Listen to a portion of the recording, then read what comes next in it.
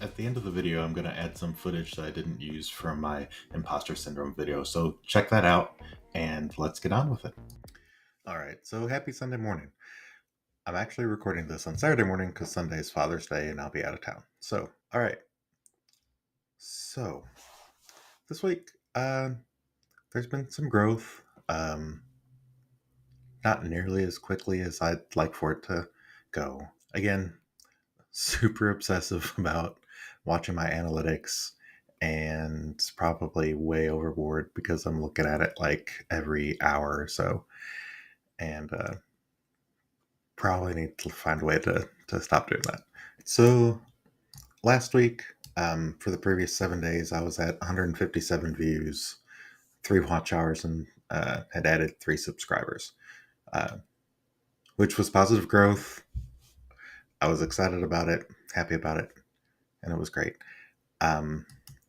This week, I had 323 views, 5.8 watch hours, and added 10 new subscribers, which those numbers sound awesome in comparison, but they're still pretty slow growth compared to other channels that I'm seeing that are new. And again, I will say that I had one video that really did well in comparison to everything else.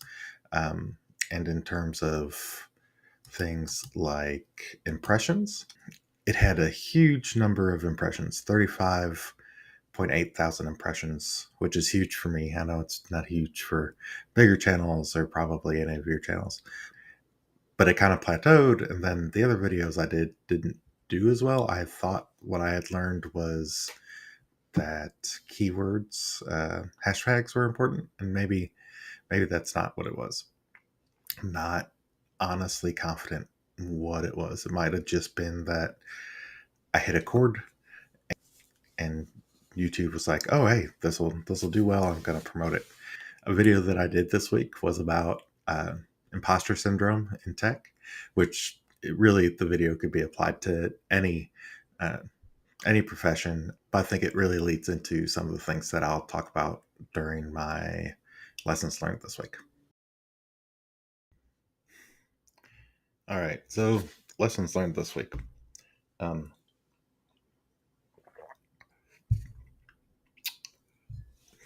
Be yourself. Be authentic. I talked about on my video about imposter syndrome, about talking to other people, making sure that you build a community when you experience imposter syndrome. I think that this week in particular, I tried so many different things. One of the things that I tried was to allow vidIQ to make my thumbnails, and they looked cool, but they weren't me. It felt like clickbait, just because it was, I don't know, it just did. And I'll show some examples here, and that just the difference between what I went back and changed. I changed my thumbnails back to something that I felt was a little bit more like me. So I think it's important, at least for me. Hopefully it won't, kill my ability to get views, but I think it's important, at least for me, that I'm authentic to myself.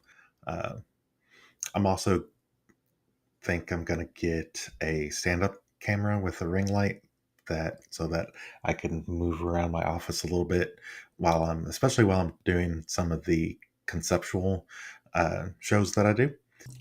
So those are a couple of things I learned. Another thing is pace myself, and again, be authentic. For any of you that would like to see that imposter syndrome video, I'll add the tag to it up in the upper right hand corner here. Build a community. Find people that will give you honest feedback, and it'll help you grow. Anybody that's watching, I am 100% open to feedback. You're not gonna hurt my feelings. You're not gonna.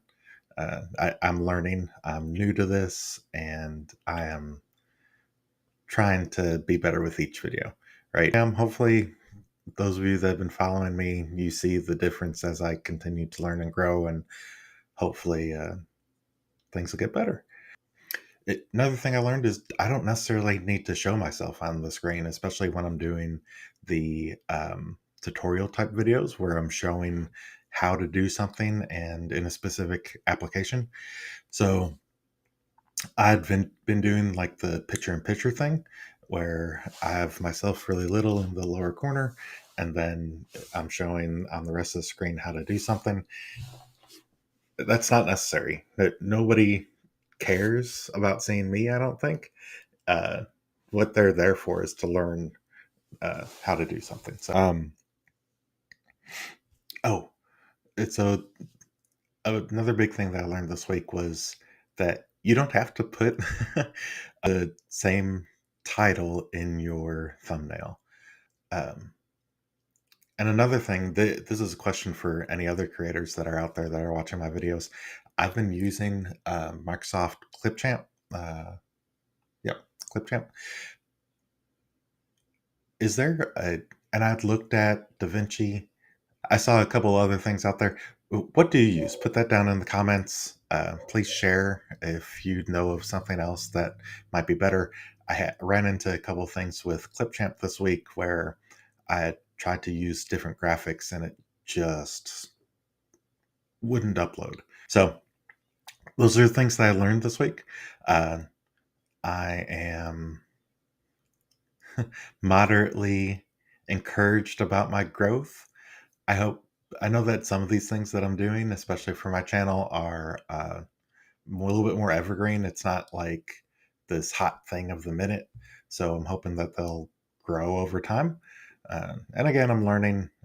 I suppose I need to give myself a little bit of grace. I'm not good about that. So, yeah.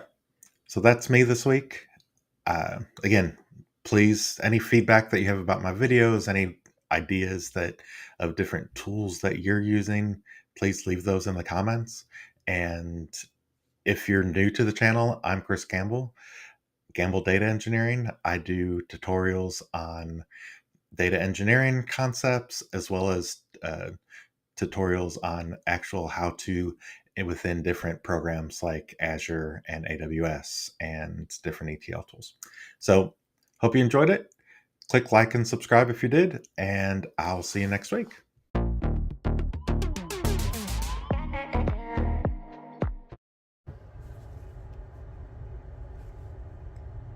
All right, so I'm trying something different today. As you can see, I'm in my Jeep. And I'm here because today I'm going to be talking about imposter syndrome. So, imposter syndrome, what is it? It is when you have that feeling like, why did they even hire me? I have no clue as to what I'm doing, right? You know, data engineers, we feel that from time to time, at the very least, if we're honest with ourselves. And honestly, it's prevalent throughout most adults. So I wrote down some notes here. You'll see me glancing down from time to time just to get some stats, but that's what I'm doing here today.